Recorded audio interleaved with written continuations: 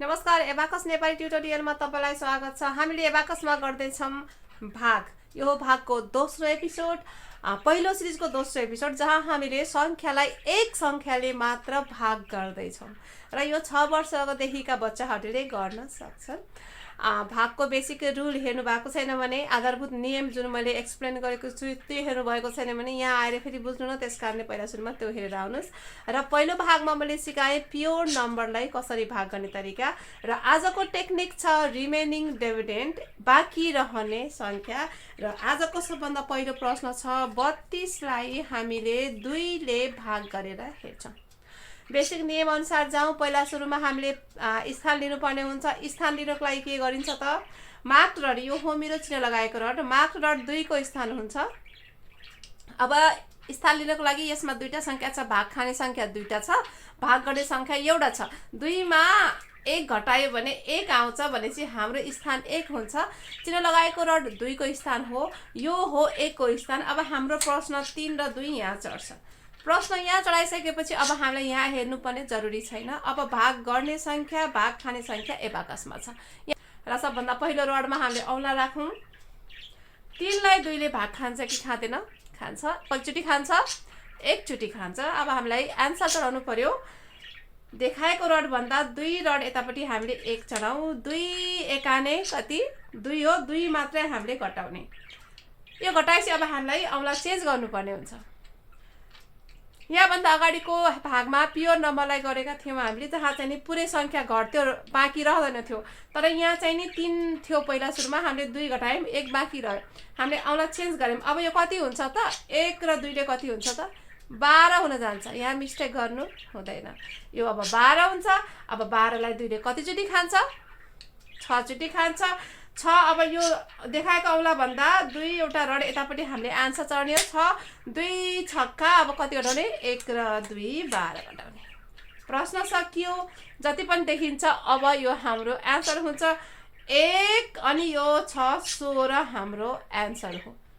1 6 यो 0 किन भएन त भनेर सोध्नु होला। किनभने हाम्रो मार्क्ड रड यो हो। हामीले गन्दै गन्दै गन्दै हाम्रो आन्सर यही रडसम्म मात्रै आउँछ। हाम्रो आन्सर जहिले पनि मार्क्ड रडमै आएर सकिन्छ। यहाँ भन्दा यता गर्नु पाइँदैन। यो भयो हाम्रो आजको टेक्निक। अब एउटा संख्या बढाएर अर्को प्रश्नमा जाउँ। एउटा संख्या बढाएँ, भाग खाने संख्या 3 वटा संख्या, भाग गर्ने संख्या एउटा संख्या। 3 मा -1 गर्ने भने कति आउँछ त? 2 आउँछ। 2 भनेको हाम्रो मार्क्ड रड जुन छ, चिन्ह लगाएको रड, यो हुन्छ हाम्रो 2 को स्थान भनेपछि अब हामीले यो प्रश्नलाई 5 3 2 यो मार्क्ड रडबाट, चिन्ह लगाएको रडबाट चढाउँदै आए। अब यहाँ चढाइसक्यौँ भनेपछि अब यहाँ हेर्नुपर्ने जरुरी छैन। सबभन्दा पहिलो रडमा चाहिँ नि औंला राखौँ। 5 लाई 4 ले भाग गरौँ। हामीले जहाँसम्म देखाउँछौँ त्यहाँसम्म मात्रै भाग गर्ने हो। यो अङ्क लिन पाइँदैन। अहिले हामीले 5 मात्रै चलाउन पाइन्छ। हामीले देखाएको रड भन्दा देब्रेतिरको अङ्क लिन पाइन्छ, तर दाहिनेतिरको लिन पाइँदैन। यो याद गर्नु होला। 5 लाई 4 ले भाग गर्दा 1 आन्सर आउँछ हाम्रो। देखाएको रड भन्दा 2 रड यतापट्टि हामीले 1 चढाम।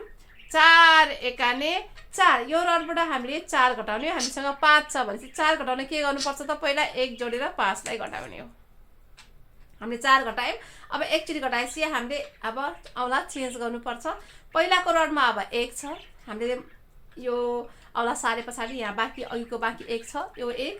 र अब हामीले 3 मात्रै लिने हो। 1 र 3 ले कति हुन्छ त?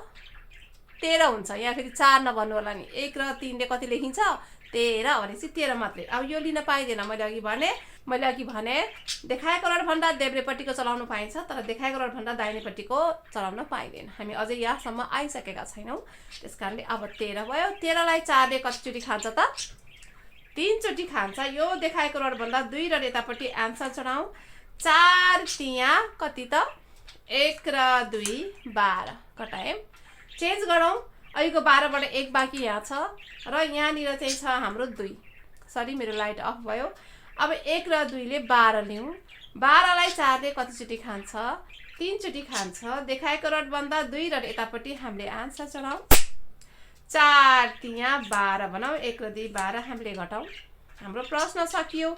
अब जति पनि एबाकसमा चलेको छ यो हाम्रो आन्सर हुन्छ 1 3 3। र हाम्रो एन्सर मार्क्ड रडमै आएर सकिएको छ। यो भन्दा अगाडिको प्रश्न दुईटा संख्यालाई हामीले एउटा संख्याले भाग गरेका थियौं, हाम्रो प्रश्न यही आएर सकिएको थियो एन्सर। र अहिले हामीले तीनटा संख्यालाई एउटा संख्याले भाग गर्यौं र पनि हाम्रो एन्सर यही नै आएर सकियो। यो मार्क्ड रडमै आएर सकिन्छ। यदि यहाँ चलेको छैन भने हामीले मार्क्ड रडमा 0 लेख्नुपर्ने हुन्छ। अझ त्यो मैले अर्को 0 को जब टेक्निक आउँछ त्यति बेलामा म सिकाउँछु।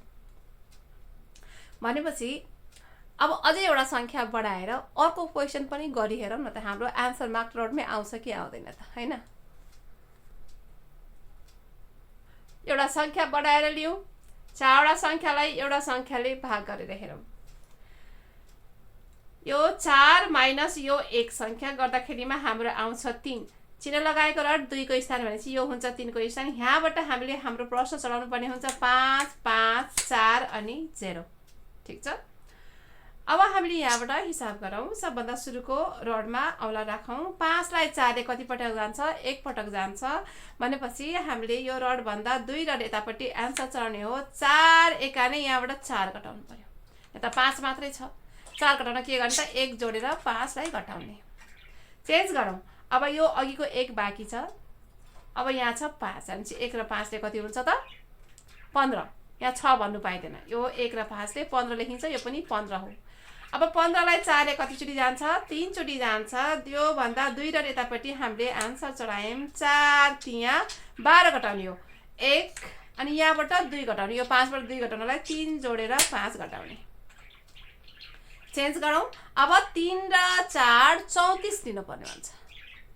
3 र 4 34 लाई 4 ले कतिचोटि खान्छ त? 8 चोटि खान्छ। यो भन्दा 2 र यतापट्टि हामीले यहाँ 8 चढाउँ। 4 8 3 2 32। हामीले 32 घटायौं। अब यहाँ जाउँ। यहाँ त 0 छ नि त अघिको, हैन? यो 2 अनि यो 0 ले 20 हुन्छ। 20 लाई 4 ले कतिचोटि खान्छ? 5 चोटि खान्छ। यो रड भन्दा 2 र यतापट्टि 5 चढाउँ। 4 5 2 0 20। प्रश्न सकियो। अब जति पनि यहाँ देखिन्छ हाम्रो एन्सर हुन्छ। एन्सर छ 1 3 8 अनि यो 5। ल हेर्नुस्, हाम्रो प्रश्नको एन्सर अहिले पनि मार्क्ड रडमै आएर खत्तम भयो। जतिसुकै लामो संख्याले तपाईले भाग गर्नुस्। स्थान लिने बेलामा मिस्टेक गर्नु भएन भने हाम्रो एन्सर जहिले पनि मार्क्ड रडमा नै आएर खत्तम हुन्छ।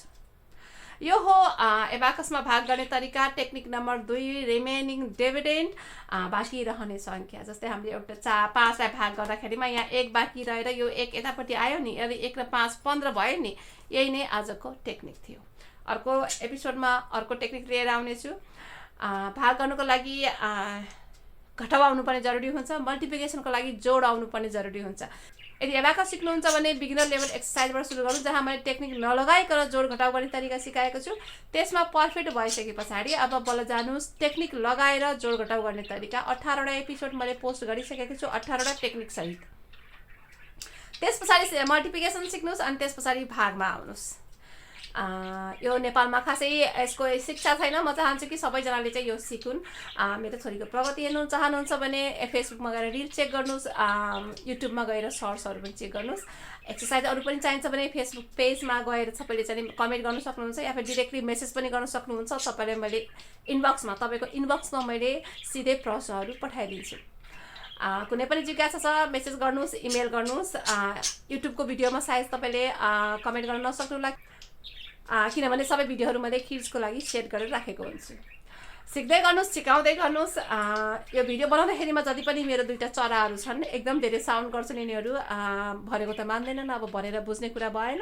त्यसकारणले त्यसको लागि चाहिँ माफ गर्नु होला। एकदम 2टा सानो बजरिगर्स छन्, सुगा भनौँ न, सानो सुगा, र पुरै टोटली हल्ला गरिरहन्छ जुनै पनि भिडियोमा। त्यसको लागि माफ गर्नु होला। र मेरो कुनै पनि ल्याङ्ग्वेजमा कमेन्ट नगर्नु होला, किनभने मैले यो एपिसोडहरू 4 वटा भाषामा निकाल्ने गर्छु। इङ्ग्लिस, नेपाली, जापानिज अनि हिन्दी। कुनै पनि भाषामा गएर सिक्नुस्, सिकाउनुस्। फेरि भेटौँला अर्को एपिसोडमा। टाटा।